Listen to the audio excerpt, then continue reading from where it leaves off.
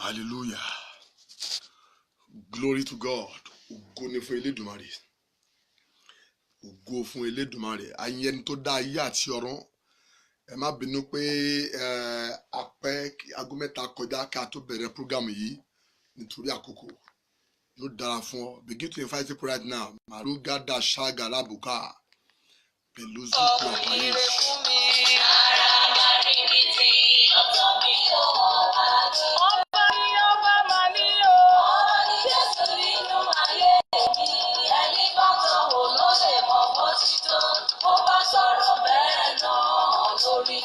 Sọ̀rọ̀ sáyé mi ó gba ìtura, ọba tó tún tí ò sẹ́ni tó lè pè é, ọba ni ọba ni ọba yóò yí.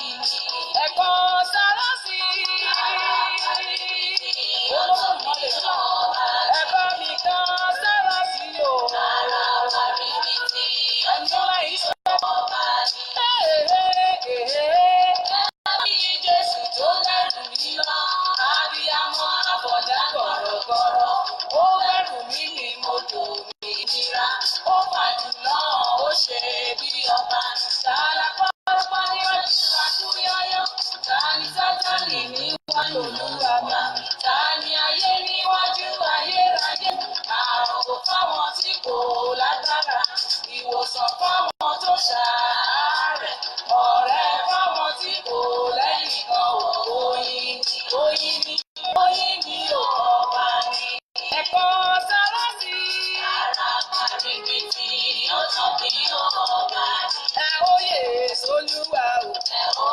Bẹ́ẹ̀ni óyè sí bàbá. Ayérayé má jàyà lólo.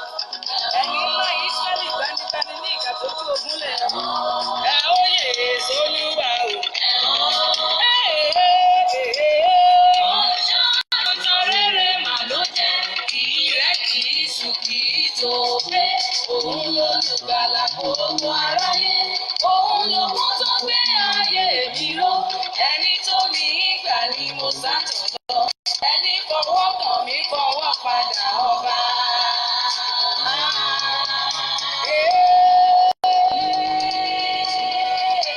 Worship God, you can worship God. Worship God. Let us worship God.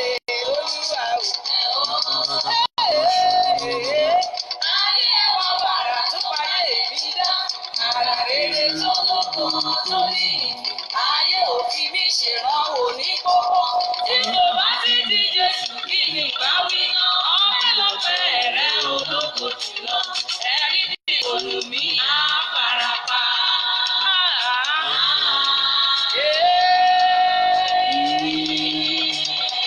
You need to worship God wherever you are. You need to worship God. Let us worship His holy name. Let us praise Jehovah. Let us begin to praise the holy name. Ẹ jẹ́ ká yan ẹni tó dá ayé àti ọ̀run. Ẹ bá mi gbé Elédùmarè ga. Bí a kò sá lọ bàdàbà. Ẹyin Elédùmarè. Lagaba sagaba. Celebrate Jesus with me. As you are coming in, please begin to share this message. Invite people as soon as possible. Lagaba sagaba. Make sure you have no water in your hand. Put salt inside the table water. Read Psalm 19 3 times. Yes, today will be a glorious day. Ẹbẹ̀ sí sẹ́ni mẹ́sẹ̀gì abániyan lọ́wọ́ bẹ̀rẹ̀ sí gbọ́ lọ́wọ́ ga. Ọlọ́run tó dá ayé àti ọba tó dá ẹ̀mí àti ẹ̀sìn gbọdọ̀ òní ní gbogbo ṣálára. Ẹgbẹ̀rún kẹ́ẹ̀ní tí omi kan lọ́wọ́. Ẹ buyọ̀ sínú ẹ̀. Ẹ ka Psalm 19 sílẹ̀ mẹ́ta. Ìyá tó bẹ̀rẹ̀ fúgàmù yìí. Ọmọ gbàdúrà tí àwọn ìgbẹ́ máa ṣẹlẹ̀. Bàbá. Ẹyin tó dá ayé àti ọba mi gbé ọ̀bá yẹn ga sí. Bá mi gbé ga. Ẹ ṣí ẹ mẹ́sẹ̀gì yìí. Gbogbo ẹ̀yin tẹ́ bá ti ṣí ẹ mẹ́sẹ̀gì yìí. Orúkọ Jésù ògbó ayé yóò máa bú jáde. Ragabababababa ṣe lélẹ́lẹ́ bó sókè tó yá balabó.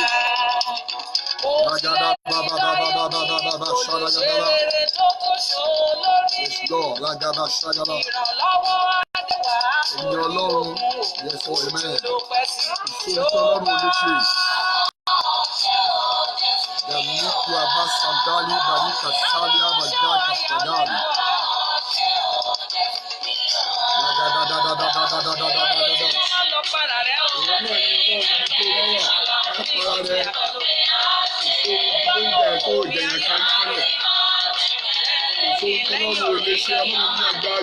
Don't kill yourself.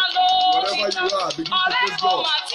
If people tell you it is over, tell them it is over because God said it's not over for you. I want you to celebrate God wherever you are. Let us praise God together. Ragaba Shagaba. Whatever you want God for you. God do it this morning. Ẹni tó dá ọkọ̀ dá ọ ní àná oṣù yìí. I am here because of you. Jésù ọkùnrin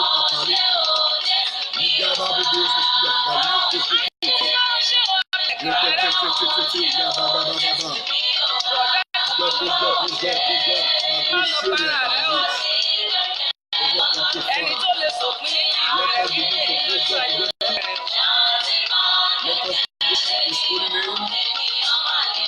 ènìyàn mà lè dání o.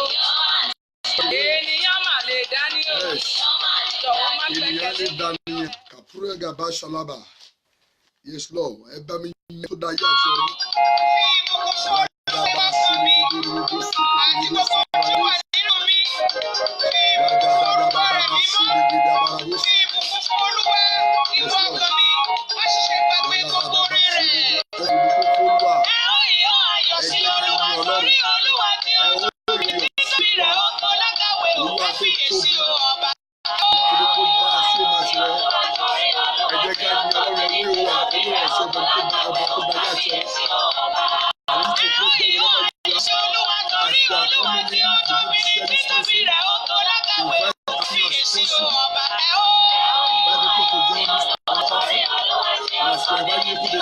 Share this message and begin to worship God with you. It's worth the praise.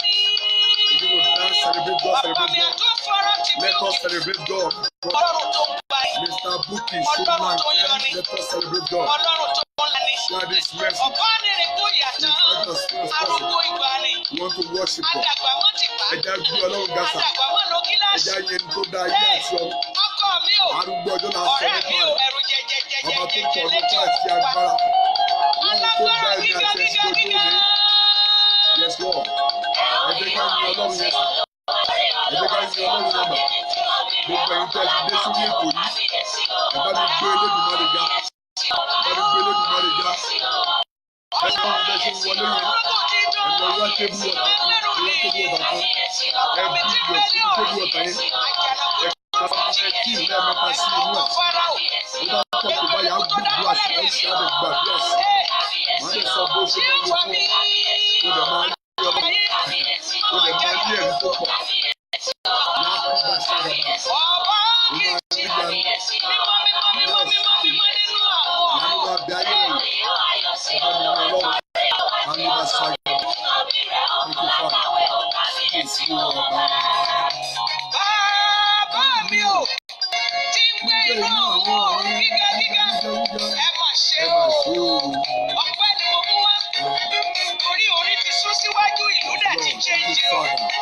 Ẹ ṣé ẹ mà kú ìtọ́jú mi o. Ọlọ́run nínú àwọn ọ̀run. Ìbà rẹ o bàbá.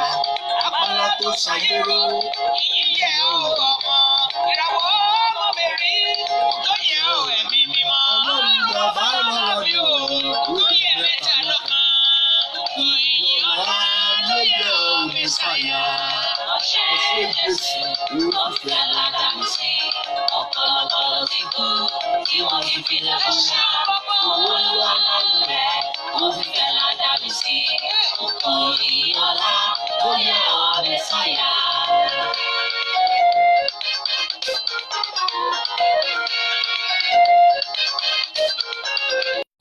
Mélòó ni kí n sọ nínú orí bàbá mi látọ̀pọ̀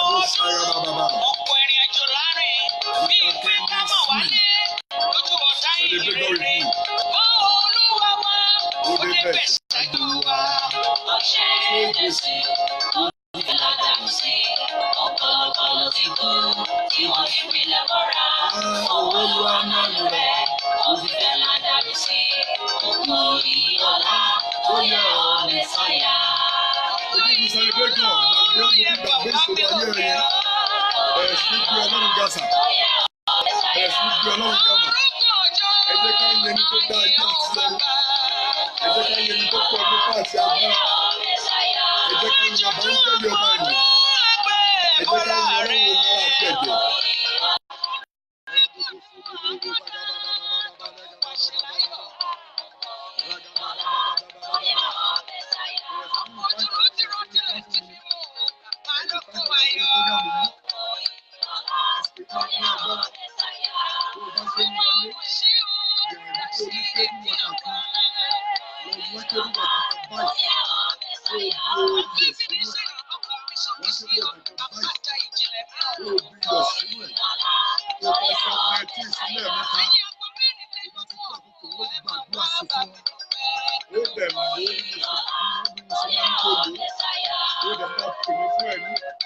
Nọ́mbà tẹ máa pè mí sí òní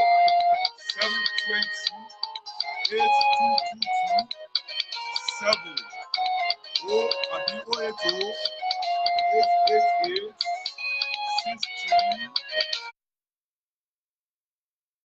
080-888-63-901 ó máa rí àánú gbà àkúrẹ̀bà.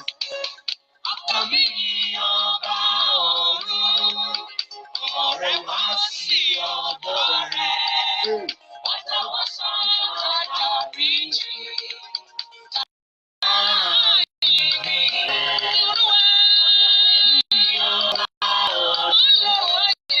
Ọ̀rẹ́ wá sí ọ̀dọ̀ rẹ̀.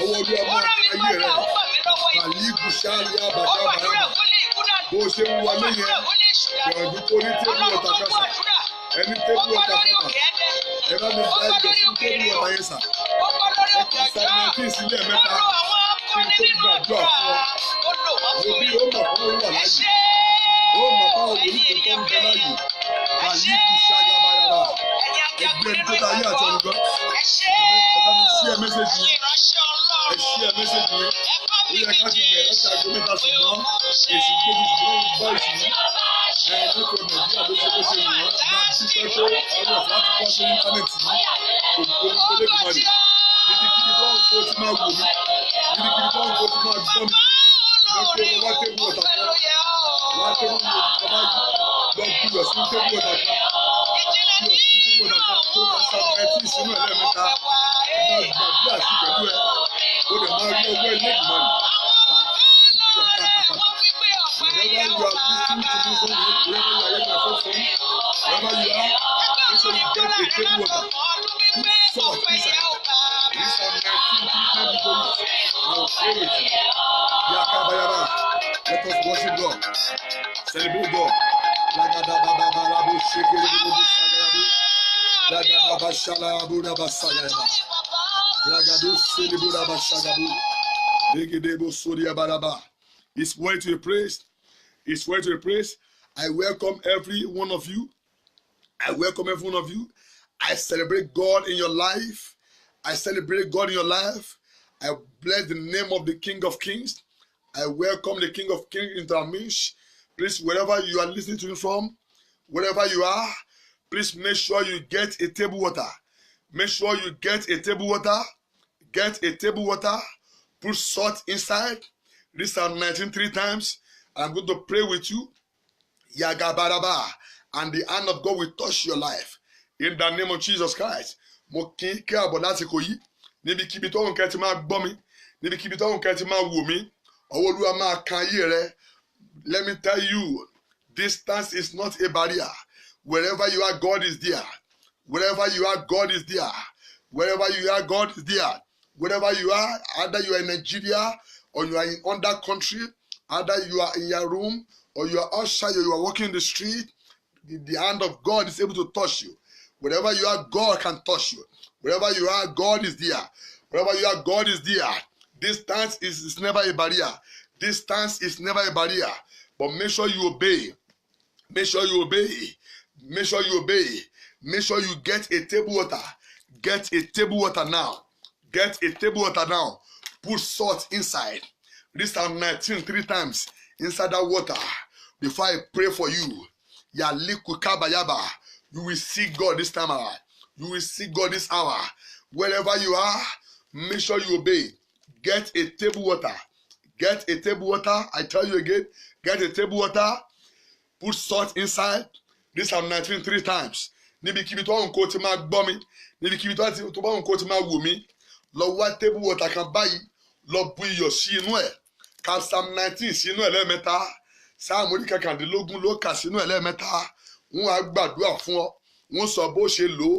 Ó rí ọwọ́ Ọlọ́run. Ó mọ̀ pé wòlíì tó tọ́ sí ń bẹ láyé. Bàálíkù kàdúkà lígbà bàràbò. Yékété lékété. Bralako ṣàlàbò. Régédé krokotutia. Ragadabo shagadabo. Ragadadabo shagaba. Glory to God. In Jesus' name. Hallelujah. Ẹ jẹ́ ká gbàdúrà. Orúkọ Jésù, Ọlọ́run tó dá ayé àti ọ̀run, ọba tó pọ̀ nínú pàtì agbára, kìnìún ẹ̀yà Júdà, mo gbé ọ̀gá mo yàn lógo, mo ṣe lọ́ba tó dé pé wọ́n ní Ọlọ́run. Lẹ́yìn rẹ̀ kò sí ẹlòmíràn. Mo gbé ọ̀gá lórí ayé mi àtàwọn tó ń gbọ́ mi ní àsìkò yìí. Mo yàn lógo tó dé pé ó fún lórí ọ̀fẹ́ láti tó pàdé lẹ́ẹ̀kan sí. Bàbá máa ti ẹ̀mẹ́ mímá lórúkọ Jésù Kristi. Ọlọ́run gba ọpẹ́ àti yìn mi. Mo yàn lógo lórí àwọn tó ti wà lórí ètò yìí àti àwọn tó sì ń bọ̀ lọ́nà. Arúgbó ọjọ́ ẹ ṣeun. Bàbá lórúkọ Jésù Olúwa gba ọpẹ́ àti yìn mi. Mo yàn lógo lórí ètò yìí tó dé pé ó máa náwó agbára tó dé pé ó jẹ́rìí ara rẹ̀ tó dé pé àwọn áńgẹ́lì yanu ti sọ̀kalẹ̀ báyìí yanu dẹ̀ máa ṣẹlẹ̀. Ògo ni fún Elédùmarè. Father, I celebrate you. I worship you. I bless your holy name because there's no one except you. You are the King of Kings. You are the Lord of Lords. I bless your name because you are already here with us. Thank you, Father, for the miracle you are going to do in our midst this hour. Thank you, Lord Jesus, for my life and this people's life. Thank you, Father, for the life of people that have been here already and for the life of people that are still coming. Father, I thank you so much. You are worthy to be praised. Thank you already for the miracle you have started in our life. Glory to God. Be thou exalted in the name of Jesus Christ. Father, if there's any sin in my life or any sin in any one of us life that can disturb the miracle you are prepared for this hour, Father, because of our death on the cross of Calvary, forgive us our trespasses. In the name of Jesus Christ of Nazareth, let your precious blood wipe away our iniquities. In the name of Jesus Christ. Father, have mercy upon us this hour. Let your mercy speak for our life. In the name of Jesus Christ. Let your mercy speak for our life this hour. In the name of Jesus Christ. And I ban every devil in the name of Jesus. Every devil that can affect or disturb this program, either by network or by voice or by the hearing or by the hearer, I ban every devil by fire. In the name of Jesus Christ. Let Holy Spirit take place. Let Holy Spirit take control now. In the name of Jesus Christ. Gbogbo pàṣẹ agbára tó lè dí ètò yìí lọ́wọ́, mo dá wọn dúró báyìí lórúkọ Jésù, mo dá ẹ̀jẹ̀ Jésù lórí program yìí, lórí ayé mi àtàwọn tó ń gbọ́ mi ní òwúrọ̀ yìí àti lórí studio yìí. Ẹ̀jẹ̀ Jésù kó gba ìjọba, yanu kó dẹ̀ ṣẹlẹ̀. Ẹ̀mí mọ́, mo fẹ́ kó bá wa sọ̀rọ̀. Ọlọ́run náà wá agbára, ògo ni fún Elédùmarè. In Jesus' mighty name we are praying. Thank you, Father. Glory to God. The theme of this program is believe it can happen now. Believe it can happen now. The topic of this program is believe it can happen now. Let me tell you, our God is not the God of tomorrow. Our God is not God of tomorrow. It's the God of present. It's the God of now.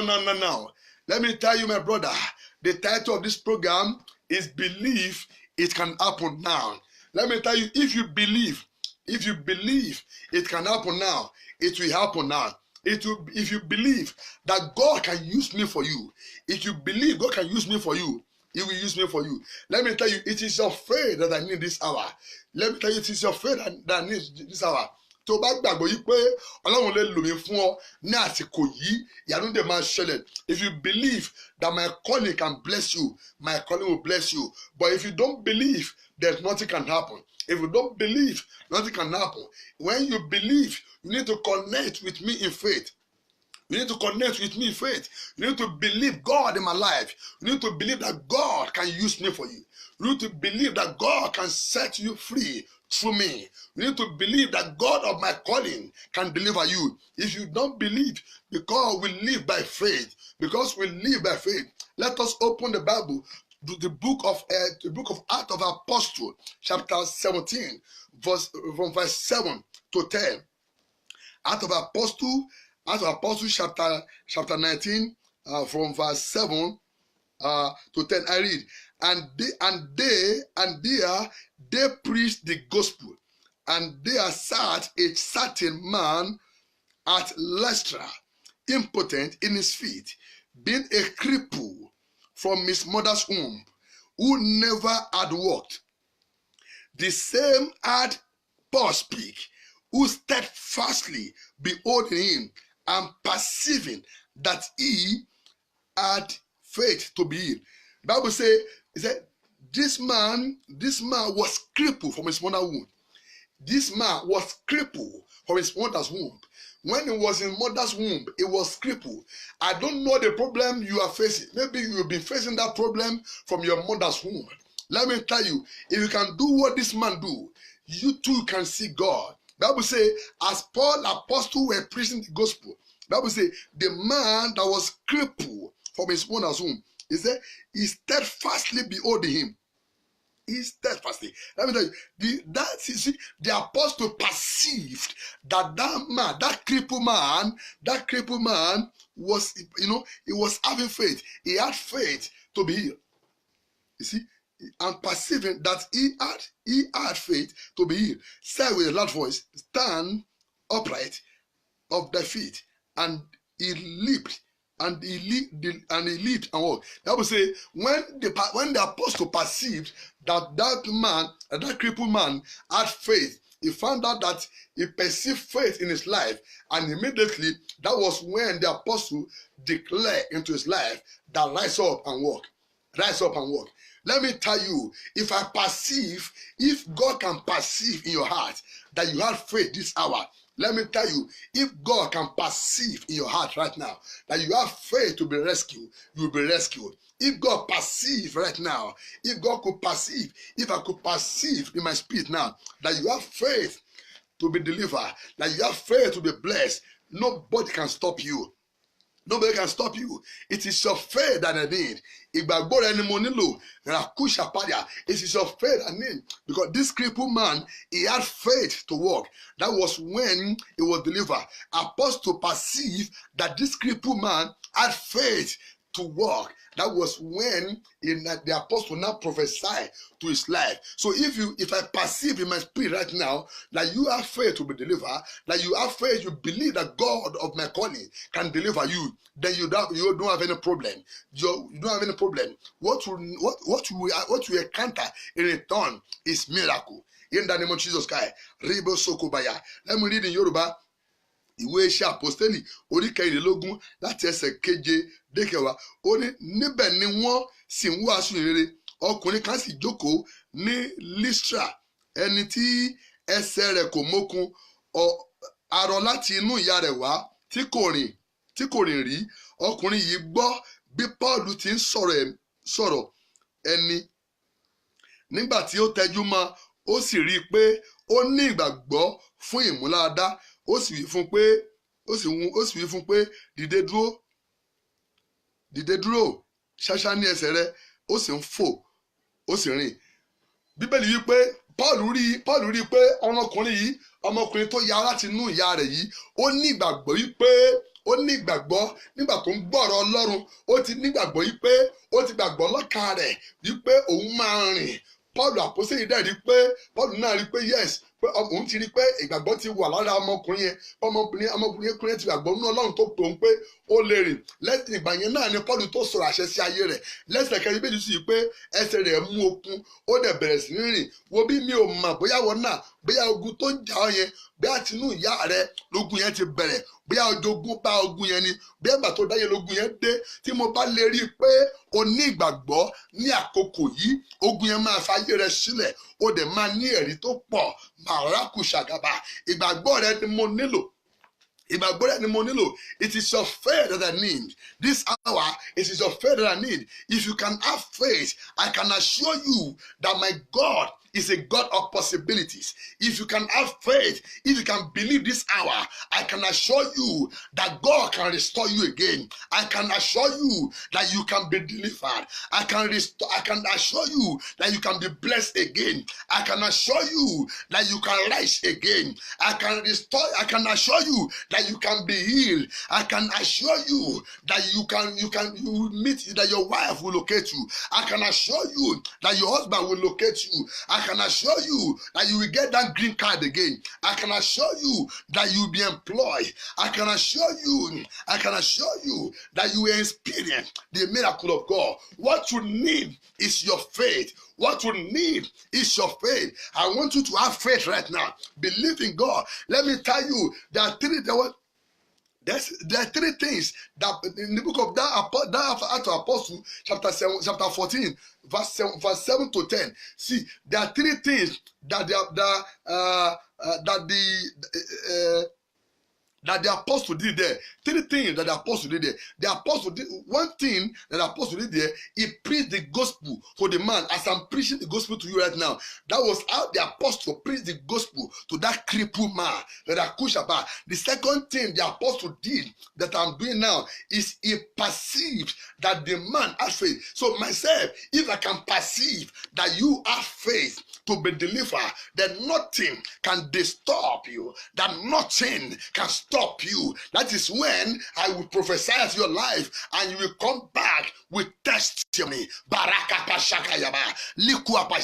The third thing that the Apostle Paul saw in the deeds in the life of that crippled man is he told the man to rise up and walk. So myself will do that three things for you right now. If you can believe, if you can have faith in God, if you can believe in the God of my calling, I can assure you that you can be delivered. There are three things that crippled man did in the book of Acts of Apostles, chapter 14, verse 7 to 10.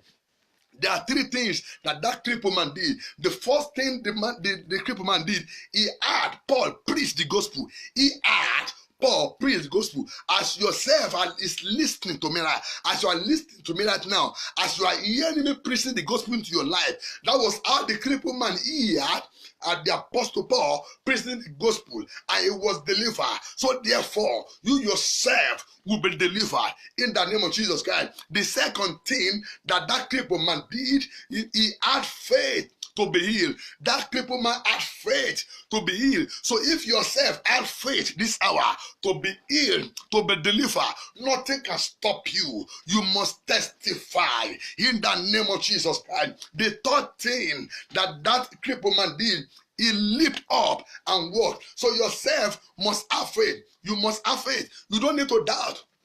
You don't need to doubt. If you are doubting God, that is the problem you have. If you are doubting God, that means nothing can happen. Let me tell you, you cannot even please God without faith. Let me tell you, you can only please God by your faith. Let me tell you, show me your own faith and let me release miracle into your life. My brother, my sister, you need faith this hour. You need faith this hour. Because God sent me to you. Because God sent me to you. You need to have faith. Release your faith right now. Release your faith right now. This hour is your hour.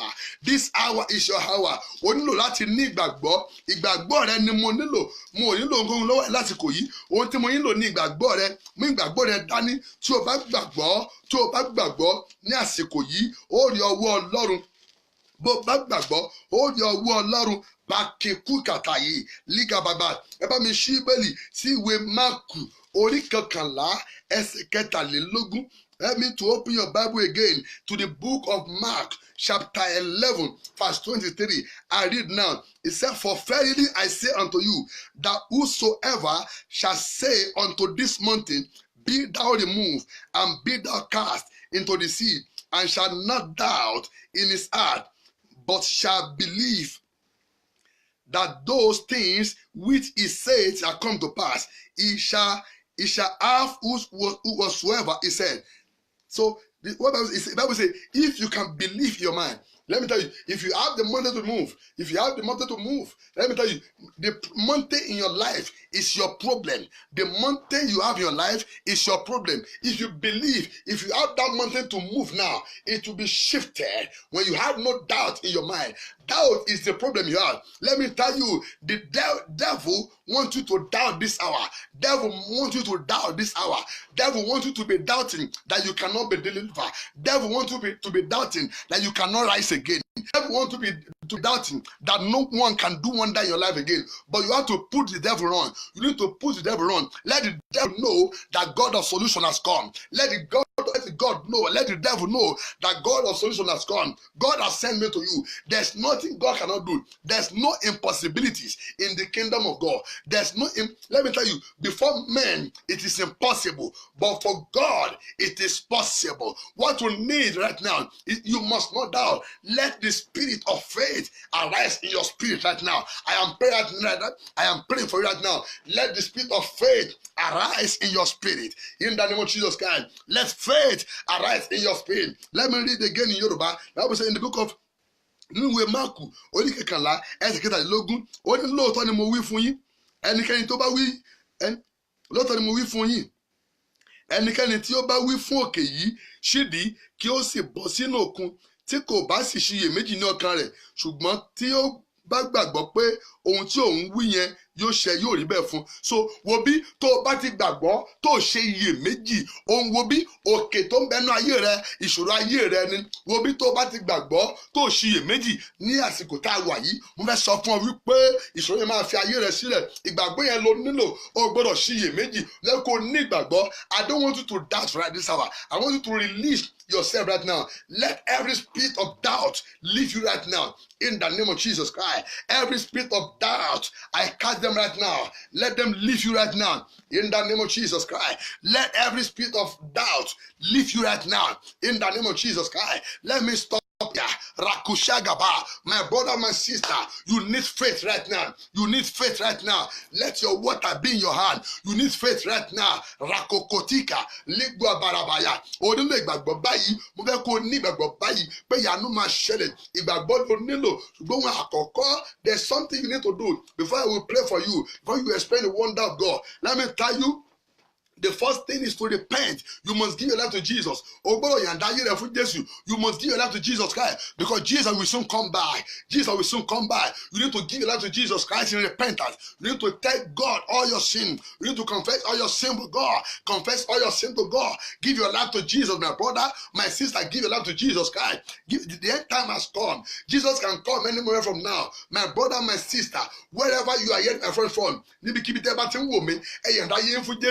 Give your life to Jesus Christ. Give your life to Jesus. Believe Jesus Christ can rescue you. Believe He can save you. No one again can save you except Jesus Christ. Give your life to Jesus Christ. Brother, give your life to Jesus Christ. As you are doing that now, the Lord will rescue you. The Lord will deliver you. The Lord will bless you in the name of Jesus Christ. So wherever you are hearing from, you want to give life to Jesus Christ, just lay your right hand on your chest and pray with me. Say, Lord Jesus, I am a sinner. Forgive me every of my sin. Remove my name from the book of death and condemnation. Write my name in the book of life. Holy Spirit, come and help me. Baptize me into the bosom of Christ. And from now, I am born again in the name of Jesus Christ. What if I die here from Jesus? But what are you? Wítẹ̀lé mi, Jésù Olúwa, mo jẹ́wọ́ rẹ lónìí gẹ́gẹ́ bí Olúwa àti olùgbàlà mi. Jésù ọmọ Ọlọ́run, wọnú ọkàn mi lọ, parúkọ mi rẹ́ kúrò nínú ikú àti ìwé ìdájọ́, parúkọ mi rẹ́ kúrò nínú ọ̀run àpáàdì, kọrúkọ mi sínú ìwé ìyè. Ẹ̀mí mímọ́ o, mi ò lè dá ṣe, wá bámtísì mi sínú Kristi Jésù. Ìwọ tó gbàdúrà yẹn, mo kí ọ kú ire, mo gbàdúrà fún ọ. Nígbà Jésù bá farahàn láwọ̀ sánmà, èmi àti rẹ lórúkọ Jésù, àwọn ní dẹni àwátì, àwọn ní farapamọ́ in the name of Jesus Christ. We want to pray right now. We have just 3 prayer points to pray. But before we pray that prayer, let me tell you, make sure you get a table water right now. Get a table water. Get a table water. Get a table water. You put salt inside that table water. Yes, you put salt inside the table water. Then you read Psalm 19 3 times. And I will go to pray for you. Ragoshiga. Balakukali, Ragadaba, níbikíbi tó bá ti ń wò mí, níbikíbi tó bá ti ń gbọ́ mi, ní kó ní omi sọ́wọ́ báyìí, lọ ní omi, sáyé lọ gbé omi sọ́wọ́ báyìí, kó o buyọ̀ sínú omi yẹn, Yakuba ṣe àgbáyé, Ligabaya, ó ka Psalm 19 sínú ẹ̀ lẹ́ẹ̀mẹ́ta, tó o bá ti lórí ọ̀fọ̀ àjẹrà ìka Psalm 19 yẹn báyìí, wo bí tí n bá gbàdúrà síta, o yìí lọ kà á sí kó o tó lò, ṣùgbọ́n buyọ̀ sínú omi báyìí, kó o gbé dání, Rakusia, Liurapa, Ikuakapu, Ragadosha, Reketetia. Ẹ gbọ́ mi dáadáa, wo bí má jẹ̀mọ́ ni o, má jẹ̀mọ́ ni, wo bí mi ò ní pẹ́ kó lórí ètò yìí báyìí, ó kù sí ẹ lọ́wọ́ ní kó gbàdúrà yìí. Ẹ porúkọ Jésù, Bíbélì wípé odò Mara tẹ́lẹ̀tẹ́lẹ̀, odò Mara ó jẹ́ kí ìlú Mara kó korò, ìlú tó jẹ́ pé ó jẹ́ kí ìlú yẹn di aṣálẹ̀, ìlú Mara ó jẹ́ aṣálẹ̀ ilẹ̀ torí pé omi korò, omi ká. Ẹ gbọ́, mo fẹ́ gbàdúrà fún, ṣùgbọ́n nígbà tí wòlíì débẹ̀, iyọ̀ ni wòlíì buyọ̀ sínú odò Mara, ó dẹ̀ sọ tẹ́lẹ̀ sí odò Mara, lẹ́sẹ̀kẹsẹ̀ odò Mara kò sun ìkorò mọ́, ó bẹ̀ sí ní sun adùn, odò Mara kò nu aṣálẹ̀ ilẹ̀, ó dẹ̀ di odò tó kún fún àti oyin. So ìwọ náà wo bí mi ò mọ aṣálẹ̀ tó wà, mi ò mọ aṣálẹ̀ tó ń bẹnu ayé rẹ, mi ò mọ aṣálẹ̀ tó wà, wo bí mi mọ, wo bí nípasẹ̀ omi yìí, adùn máa wọnú ayé rẹ padà, ọkàn rẹ dẹ̀ máa balẹ̀, ayọ̀ rẹ máa kún. Ẹ bá mi porúkọ Jésù, ẹ gbómi ẹ dání báyìí, ẹ porúkọ Jésù. You will carry the water in your hand, you are going to shout, We pray, my Father, my God, as I'm praying now, let fire of God enter into this water in my hands in the name of Jesus Christ. My Father, my God, let fire of God enter this water in my hands in the name of Jesus Christ. Begin to pray that prayer now. Begin to pray that prayer. Ẹ porúkọ Jésù, ẹ pariwo, ẹ gbómi ẹ dání. Ọlọ́run ayérayé, jẹ́ kí iná agbára ẹ̀mí mọ́ kó wọnú omi tó ń bẹ ní ọwọ́ mi yìí. Lórúkọ Jésù, ẹ sọ́dàdúrà, ẹ gbàdúrà. Adániwáyé, iná agbára ẹ̀mí mọ́ wọnú omi tá a gbé dání yìí. Lórúkọ Jésù, Ọlọ́run ìpè àti májẹ̀mú, iná agbára ẹ̀mí mọ́ wọnú omi tá a gbé dání yìí. Ẹ gbàdúrà dáadáa, ẹ sọ ẹ̀yin èèyàn yìí, ẹ sọ dáadáa, ẹ gbómi ẹ dání sọ́wọ́, ẹ gbómi ẹ dání sọ́wọ́, ẹ bu iyọ̀ sí inú ẹ̀, ẹ pe Jésù, ẹ pariwo, ẹ dàbí tẹ́ ẹ wà rú. Olúwa, jẹ́ kí a gbá ìyanu kú ọnú omi tó ń bẹ lọ́wọ́ mi yìí lọ. Lórúkọ Jésù, ẹ gbàdúrà dáadáa, pray that prayer very well. Make sure you have water in your hand. Make sure you have water in your hand. Put salt inside the water in your hand. Pray this prayer very well. Say, my Father, my God, let the mighty hand of God enter this water. Fire of God, fire of wonder, enter this water in my hand. In the name of Jesus Christ. Rakoko sheketua. Pray that prayer right now. My Father, my God, let fire of wonder enter this water in our hand. In the name of Jesus Christ, fire of wonder enter this water in our hands. In the name of Jesus Christ, pray that prayer everywhere. Raka pasha pashada, raka dadadabu, baka poposhika, reketete, baka lakoshia, rakatayada, reketete. Bragabayabu, baka pohosia, reketete, rakadadada, baka papasi, reketete, baka balabus, rakadayadada, rokoburus, rakatagaya, rakadadada, rogododo sekete, brakatayagabu, bakatatata, rakatata, yakatata. Let fire of God enter that water now. In the name of Jesus Christ, let fire of God enter the water in our hands. In the name of Jesus Christ, rakatayaba, iná Olúwa Jèhófà kó olómi tó ń bẹ lọ́wọ́ wa yẹn, ẹ gbàdúrà dáadáa, ẹ sọ dáadáa, ẹ gbàdúrà sínú omi yẹn, ẹ porúkọ Jésù, jẹ́ kí iná mi mọ́, iná agbára mi mọ́ kó olómi tó ń bẹ lọ́wọ́ wa yìí lọ. Lórúkọ Jésù, Jésù Kristi, Olúwa wa. Àdúrà kejìlé, àdúrà mẹ́ta péré ni kí n tó gbàdúrà fún ọ. Ẹ porúkọ Jésù, ẹ pariwo, Olúwa, agbára tó máa fẹ́ adùn sínú ayé mi, agbára tó máa fi adùn sínú ayé mi, wíwá wọnú omi tó ń bẹ lọ́wọ́ mi lọ, wọnú omi tó wà lọ́wọ́ mi lọ. Lórúkọ Jésù, ẹ sọ́dàdúrà, begin to pray that prayer. The power that will bring sweet, that will bring joy and peace into my life, enter this water in my hand. In the name of Jesus Christ, pray that prayer right now. Pray that prayer right now.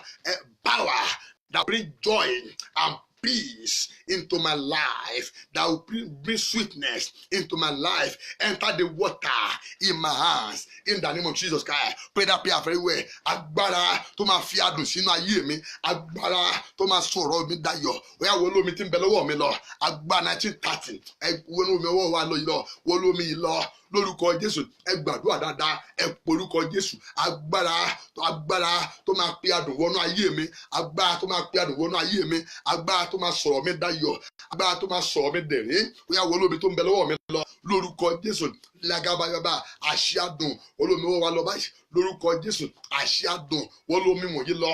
Lórúkọ Jésù, àṣẹ adùn wọ́n lómi wọ̀nyí lọ.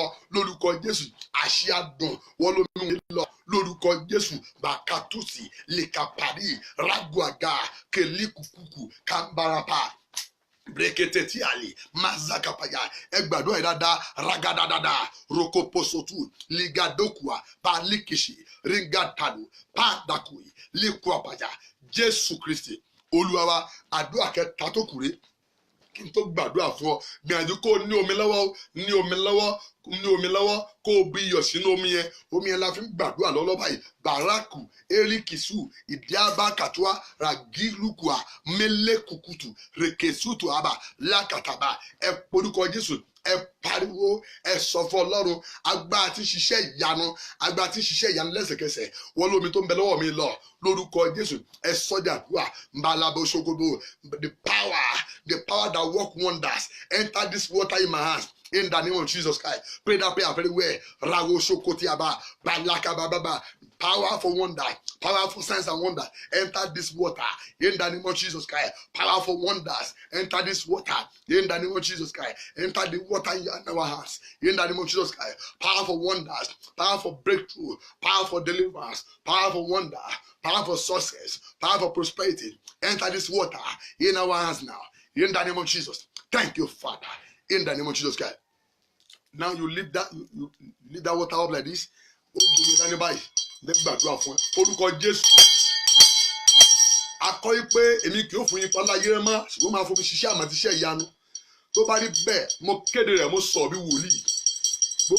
Gbogbo ẹ̀yin tẹ́ gbàgbọ́ tẹ́ gbómi yìí dání. Yóò lórúkọ Jésù. Agbára tí ṣiṣẹ́ ìyanu lẹ́sẹ̀kẹsẹ̀. Lórúkọ yìí kó wọ́n lómi tó wà lọ́wọ́ ayé lọ. Làgíbà ṣàgàrà. Agbára àṣẹ ìlóyún. Àṣẹ ìbímọ. Àṣẹ ìlóyún. Àṣẹ ìbímọ. Wọ́n lómi yìí lọ báyìí. Lórúkọ Jésù. Mo pa á ní àṣẹ ni. Agbára ìlóyún. Agbára ìbímọ. Wọ́n lómi yìí lọ báyìí lórúkọ Jésù. Ragaba equally abasakapa. Àṣẹ ìlóyún. Àṣẹ ìbímọ. Wọ́n lómi wọ̀nyí lọ. Lórúkọ Jésù. Àṣẹ ìtúsílẹ̀. Àṣẹ ìtúsílẹ̀. Lórúkọ Jésù. Wọ́n lómi wọ̀nyí lọ báyìí. Lórúkọ Jésù. Àṣẹ ìtúsílẹ̀. Àṣẹ ìràpadà. Wọ́n lómi wọ̀nyí lọ báyìí. Lórúkọ Jésù. Bàkádù àká. Èrèké tútù à. Máròkò sùkùtì. Lègèdèkètè. Àṣẹ ìtúsílẹ̀. Àṣẹ ìràpadà. Wọ́n lómi wọ̀nyí lọ báyìí. Lórúkọ Jésù. Ẹgbọ́n wòlíì lẹ́nu mi. Màrákùkùà. Légèsèkètè. Labarababa. Àṣẹ àdùn tí ń palẹ̀ ìkorò mọ́ lẹ́sẹ̀kẹsẹ̀ lórúkọ Jésù bí wọ́n ṣe ń ṣàmẹ́ agbára kó wọnú omi lọ báyìí lórúkọ Jésù omi kó di ṣókó domi ìyanu ogun tí a bá ti fomi ṣe ẹ̀rí kó máa tẹ̀lé ogun tí a bá ti lómi fún lórúkọ Jésù ẹ̀rí kó tẹ̀lé ó ní bẹ́ẹ̀ ó ṣàbẹ́ Ọlọ́run gbọ́ ọ a ó yin orúkọ rẹ gbọ́ Jésù Amen. Let me tell you. If you never read that psalm inside this water, you can read the psalm after this prayer. What is the psalm you read? You read Psalm 19 3 times inside this water. But if you have read the psalm before I pray for you, you don't need to read it again. But if you never read the psalm inside this water, read the Psalm 19 inside this water. And as you are doing that, the Lord will bless you. Let me tell you how you use this water. You will use this water to wet your room, wet your shop. Use it to wash your hands, your legs, wash your head, bath yourself. Tell God all you want. But by the time you are doing it, make sure it's 3 a.m. 3 a.m. Yes. You can drink inside. O lè mú omi yẹn. O lè mú ẹ̀ kó fi fọ orí ẹ.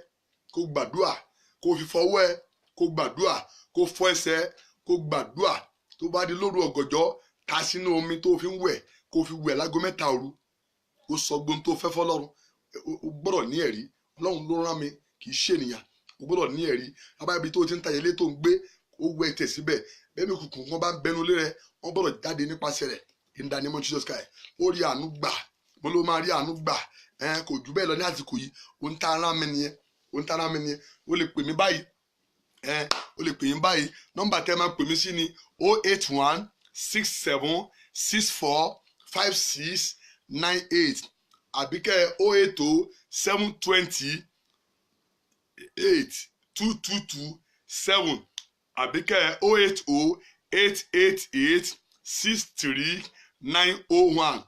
The number you are going to call me, you can call me anytime for me to pray for you.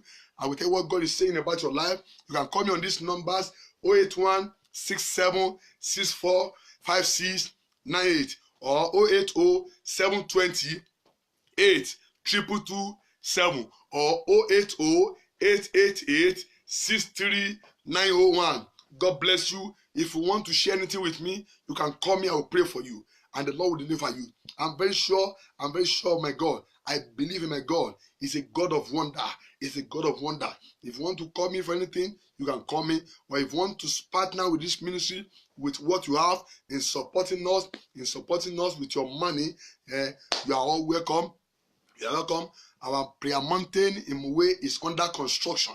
Our prayer mountain in Olokuta in Ogun State is also all under construction. So we need your assistance. So whatever you have, whatever God lays on your heart to support this ministry, you are welcome. You are welcome. Support this ministry so that we can continue, and the Lord will bless you. You can support us also with subscription, or any way you think God lay, any way that God lays in your mind to support this ministry, you are welcome. And by doing that, the Lord will bless you. But on about fish, look at ránṣẹ́ lọ́wọ́ bóyá o fẹ́ ràn wá lọ́wọ́ nípasẹ̀ orókè wa tá à ń kọ́ lọ́wọ́ ohun tọ́lọ́run bá fún ọ ní agbára, bóyá owó páànù lọ́lọ́run fún ọ, bóyá owó sìmẹ́ǹtì ni, bóyá owó iyẹ̀pẹ̀ ni, ohun tọ́lọ́run bá yàǹda fún ọ láti ṣe fún wa, o lè pè mí sórí àwọn nọ́mbà wọ̀nyí. O lè pè mí sórí àwọn nọ́mbà yìí